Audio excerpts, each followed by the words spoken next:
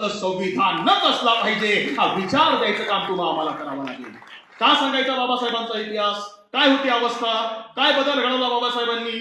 मग अशी तुमच्या गावातली तुमच्या मातीतली लहान लहान चिमुरड्या भगिनी या ठिकाणी विश्वास आणि विचार व्यक्त करत होत्या की भारताचा पाया माझा भीमराया. काय दिलं होतं नेमकं मी तुम्हाला खूप लांबचं सांगत नाही. सुरुवात छत्रपती शिवाजी महाराजांपासून करतो.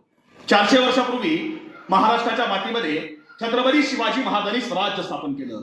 शिवाजी महाराजांनी स्थापन केलेलं राज्य हे कुण्या एका जातीचं नाही आहे, कुण्या एका धर्माचं नाही. शिवाजी महाराजांनी स्थापन केलेलं राज्य हे सगळ्या जातींचं, सगळ्या धर्मांचं. म्हणजे कसं, कोंढाणा घ्यायला जातो असं म्हणणारा तानाजी नावाचा मराठा आहे, वाईजवळच्या नागेवाडीचा पाटील नागनाथ महार आहे, पेडगावचा पाटील तुकोजी धनगर आहे, कात्रजचा पाटील मियाजी मुसलमान आहे, आग्र्यामध्ये मदत करणारा कुंभार आहे, शाहिस्ते खानाच्या हमल्याच्या वेळी मदत करणारा ज्ञानू नावाचा माळी आहे, जीवा नावाचा न्हावी आहे. सगळ्या जातीची लोक आहेत, सगळ्या धर्माची लोक आहेत. आणि या सगळ्यांना सोबत घेऊन छत्रपती शिवाजी महाराजांनी महाराष्ट्राच्या मातीमध्ये स्वराज्य उभं केलं. आणि उभं केलेलं स्वराज्य हे चिरंतर टिकलं हे सगळ्यांचं. पण बघता बघता शिवाजी महाराजांनंतर या मातीमध्ये पेशवाई आली आणि सांगितलं गेलं की कलियुगामध्ये वर्णसंकर झाला. आणि मगाशी त्या मुली ज्या दाखवत होत्या ना, असं सांगितलं गेलं की शूद्रांना जगायचे हक्क नाकारले गेले. म्हणजे तो पाणी प्यायचं नाही, राहायचं नाही, शिक्षण घ्यायचं नाही, नवीन कपडे अंगावर घालायचे नाही, सगळ्या रूढी परंपरांवरती निर्बंध लादले गेले. आणि त्याच काळामध्ये एका महापुरुषानं पहिल्यांदा भारताच्या इतिहासामध्ये या मातीतल्या बहुजन समाजाकरता काम करायला सुरुवात केली. त्या महापुरुषाचं नाव होतं राष्ट्रपिता महात्मा ज्योतिराव फुले. 11 एप्रिल 1827 पुण्यामध्ये महात्मा फुलेंचा जन्म झाला. आणि महात्मा फुलेंनी सामाजिक परिस्थिती बघितली, धार्मिक आर्थिक परिस्थिती बघितली आणि महात्मा फुलेंनी काम करायला सुरुवात केली आहे. आमचा असा समज आहे महात्मा फुले कोण होते, महात्मा फुलेंनी शिक्षण दिलं, आरक्षण दिलं, महात्मा फुले स्त्री शिक्षणाचे एवढंच नाही आहे. राष्ट्रपिता महात्मा फुले हे तत्कालीन काळातले भारताच्या प्रसिद्ध 100 उद्योगपतींमधले सगळ्यात टॉपचे उद्योगपती आहेत. गर्भ श्रीमंत कुटुंबातले आहेत महात्मा फुले. त्या काळामध्ये महात्मा फुलेंची Pune commercial and contracting company नावाची बांधकाम कंपनी आहे. एवढंच नाही, सोन्याचे दागिने बनवण्याची एजन्सी ही महात्मा फुलेंची मुंबई प्रांताची, म्हणजे मुंबई, कर्नाटक, गुजरात या 3 राज्यांची महात्मा फुलेंकडे आहे. महात्मा फुलेंनी बांधलेली बांधकामं आजही मुंबई महानगरपालिकेची जुनी इमारत, त्या बडोद्याचा लक्ष्मीविलास पॅलेस, टाइम्स ऑफ इंडियाची मुंबईची इमारत, पुण्यामध्ये येरवड्याचा बीज, खडकवासला धरणाचा डावा कालवा, हे सगळं महात्मा फुलेंनी त्या काळात बांधलेलं आहे. आणि ते आजही बघायला उपलब्ध आहे. प्रचंड गर्भ श्रीमंत असतात कुटुंबामधले महात्मा फुले. पण महात्मा फुलेंनी सर्वस्वाचं दान इथल्या बहुजन समाजाला करून टाकलं. कशी सुरुवात झाली असेल? दुपारची वेळ आहे, महात्मा फुले फुलेवाड्यासमोर बसले आणि फुलेवाड्यावरून समोरून एक माणूस चाललाय. अस्पृश्य समाजामधला आहे, पायात चप्पल नाही आहे, अंगावरचं धोतर फाटलंय, बंडी फाटलेली आहे, पाठीमागे त्याची बायको चालती आहे. बायकोच्या अंगावरचं लुगडं सुद्धा अनेक जागेवरती फाटलेलं आहे आणि खांद्यावर त्या बायकोच्या पोरगा आहे. ते पोरगं निश्चित बेशुद्ध पडल्यासारखं आहे. दृश्य महात्मा फुलेंनी बघितलं. महात्मा फुलेंनी आवाज दिला, अरे धोंडीबा इकडे ये, का रडतोयस? ही बाई का रडतेय? हे पोरगा असं बेशुद्ध पडल्यासारखं काय?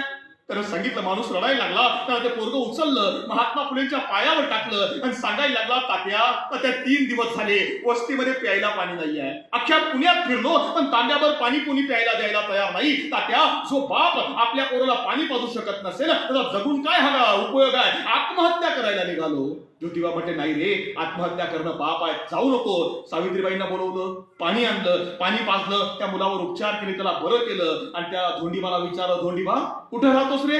त्याला सांगितलं, तात्या पलीकडच्या महार वाड्यात एक काम करायचं, आजपासून आपल्या वाड्यात जायचं आणि सगळ्यांना सांगायचं की कोणीही पाणी मागायला इकडं तिकडं कुठं पुण्यामध्ये फिरायचं नाही. म्हणजे मग पाणी लागलं की सरळ इथं पुण्यामध्ये यायचं आणि या पुण्यातल्या फुलेवाड्यामधून आमच्या घरामधून पाणी भरून घेऊन जायचं. आजपासून फुलेवाड्यावरचा हौद हा तुमच्याकरता खुला झालाय, कधीही यायचं आणि पाणी भरून घेऊन जायचं. भारताच्या इतिहासामधली पाण्याची पहिली क्रांती ही राष्ट्रपिता महात्मा ज्योतिराव फुले यांनी केली. आणि सामाजिक समतेची रुजवात त्या महाराष्ट्राच्या मातीमध्ये रुजायला सुरुवात झाली. आणि हिच्यावर कळस जर कोणी चढवला असेल तर महाराष्ट्रातल्या एका छत्रपतीनं, त्या छत्रपतींचं नाव होतं राजर्षी छत्रपती शाहू महाराज. वयाच्या 20व्या वर्षी शाहू महाराज गादीवर आले आणि गादीवर आल्यावर शाहू महाराज आपल्या वाड्यावर बसलेत. कोल्हापूरचा राज्यकारभार शाहू महाराज चालवतायत आणि दुपारच्या वेळेला शाहू महाराज वाड्यावर बसलेत आणि एक माणूस धावत आला, मुजरा केला आणि सांगितलं, महाराज एक बातमी कानावर आली आहे. म्हटले काय? महाराज, अहो एक दलिताचा पोर आहे, त्याचं नाव आहे भीमराव रामजी आंबेडकर. हा मुलगा अमेरिकेमध्ये MA PhD होऊन भारतात परत आलाय. शाहू महाराजांच्या अंगावर काटा आला. दलिताचा पोर अमेरिकेत जावं, MA PhD व्हावी, अरे समाज क्रांती आहे, कुठे आहे बाबासाहेब, मला बाबासाहेबांना भेटायचं आहे. ते माणूस म्हटला, महाराज ते बाबासाहेब इथं कोल्हापुरात नाहीत, पुण्यात नाहीत, ते मुंबईला असतात. शाहू महाराज म्हटले, मुंबई ना, माणसं पाठवा मुंबईत. शाहू महाराजांनी 2 माणसं मुंबईत पाठवली. ही माणसं अख्खी मुंबई फिरतायत, पण बाबासाहेबांचा पत्ता या माणसांना काही सापडला नाही. माणसं नाराज झाली, निराश झाली, येऊन भेटली आणि सांगितलं, महाराज अख्खी मुंबई फिरलो बघा, पण बाबासाहेब आंबेडकर कुठं सापडले नाही. शाहू महाराज म्हटले, ठीक आहे, तुम्हाला नाही सापडले ना, उद्या मी जातो. शाहू महाराज मुंबईला यायला निघाले, मुंबई फिरायला सुरुवात केली आहे, अख्खी मुंबई फिरली. आणि बाबासाहेब त्या काळामध्ये मुंबईतल्या परळ भागामध्ये राहत होते. शाहू महाराज परळ भागामध्ये जाऊन पोहोचले. आता शाहू महाराज राजा आहेत कोल्हापूरचे, सगळा लवाजमा अधिकारी सगळे सोबत आहेत, सगळे रस्त्यानं चालतायत आणि लोक जवळ येत आहेत, मुजरा करतायत आणि विचारतायत, महाराज तुम्ही इकडं कुठं? आणि महाराज विचारतायत, अरे इथे डॉक्टर बाबासाहेब आंबेडकर कुठं राहतात? आता प्रत्येकाला प्रश्न पडलाय, कोल्हापूरचा राजा आहे, कोल्हापूरचा छत्रपती आहे, या राजानं या बाबासाहेब आंबेडकरांना भेटायला यावं, त्या दोघांमध्ये नातं काय आहे? नातं काय दोघांमध्ये? सगळ्यांना प्रश्न पडलाय. आणि तोपर्यंत बाबासाहेब राहत असणाऱ्या घराजवळ शाहू महाराज जाऊन पोहोचले होते आणि एक छोटस पोरग वरच्या मजल्यावर अभ्यास करत बसलेल्या बाबासाहेबांजवळ गेलं होतं आणि बाबासाहेबांना सांगत होतं, बाबासाहेब चला, तुम्हाला भेटायला कोणीतरी कोल्हापूरचा राजा आलाय.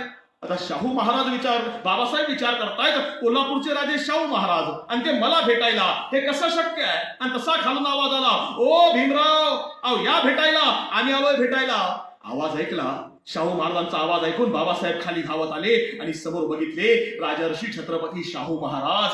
शाहू महाराजांकडे बाबासाहेब सरदिशी धावले. शाहू महाराजांचं कार्य बाबासाहेबांना ठाऊक आहे. बाबासाहेब समोर आले, शाहू महाराजांनी आपली बाहू फैलावले आणि शाहू महाराजांच्या मिठीमध्ये बाबासाहेब सामावले गेले. मिठी घट्ट झाली आणि दोघांच्या डोळ्यामधून अश्रूंची धार लागली आहे. बराच वेळ दोघ जण रडतायत एकमेकाला भेटल्यावर आणि बऱ्याच वेळानं मिठी सैल झाली. आणि तसं बाबासाहेब विचारतायत शाहू महाराजांना, महाराज तुम्ही का कष्ट घेतलेत?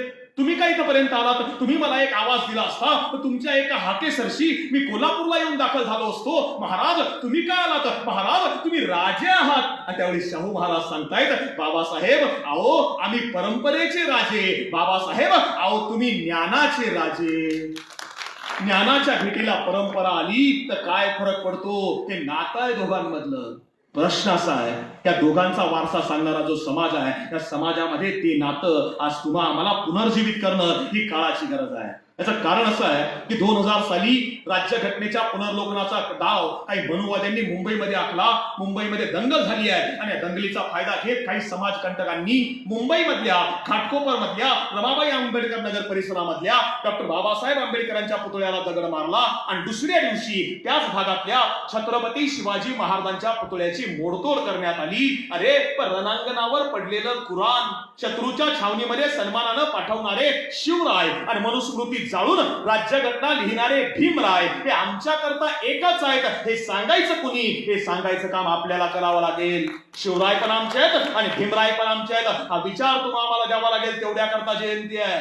कारण समाजाचं दुर्दैव आहे, समाजानं वाटून घेतलं. आमच्याकडे भाषा वाटल्या, आमच्याकडे प्रांत वाटले, आमच्याकडे गट वाटले, आमच्याकडे गड वाटले. आमच्या लोकांनी आमचे महापुरुष सुद्धा वाटले. कसे? छत्रपती शिवाजी महाराज मराठ्यांचे, महात्मा फुले माळ्यांचे, बाबासाहेब आंबेडकर दलितांचे, अण्णाभाऊ साठे मातंगांचे, गाडगे बाबा धोबेंचे, अहिल्यादेवी धनगरांच्या, भगवान बाबा वंजारींचे सगळं वाटलं गेलं. आता परिस्थिती अशी आहे की निसर्गानं निर्माण केलेले रंग सुद्धा लोकांनी वाटून घेतले. भगवा हिंदूंचा, हिरवा मुसलमानांचा, निळा बौद्धांचा, पिवळा धनगरांचा सगळं वाटलं गेलं. पण आम्हाला एक समजलं नाही की छत्रपती शिवाजी महाराजांनी भगवा निवडला होता. भगवा का निवडला? अरे भगवा शौर्याचं प्रतीक आहे, भगवा त्यागाचं प्रतीक आहे, भगवा समर्पणाचं प्रतीक आहे, भगवा उगवत्या सूर्याचं प्रतीक आहे, म्हणून भगवा निवडला. हजरत मोहम्मद पैगंबर साहेबांनी हिरवा निवडला. हिरवा का निवडला? हिरवा समृद्धीचं प्रतीक आहे, समृद्धी आली पाहिजे म्हणून हिरवा निवडला. डॉक्टर बाबासाहेब आंबेडकरांनी निळा निवडला. निळा का निवडला?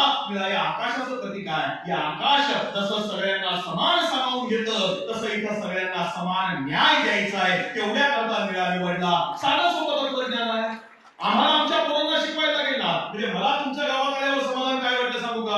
अरे मी त्या अकोल्याला BSc तारीख अमरावतीला BSc त्याबद्दल मला वाईट वाटत नाही. मला वाईट नाही, मला समाधान इथं वाटलं की एवढ्या संख्येला 50,000 जर महिला माता आईमध्ये येत असतील ना, कारण घर उभं करायची ताकद ही आईमध्ये असते, कुटुंब उभं करायची ताकद जी आहे ना ती आईमध्ये असते. छत्रपती शिवाजी महाराजांचं कर्तृत्व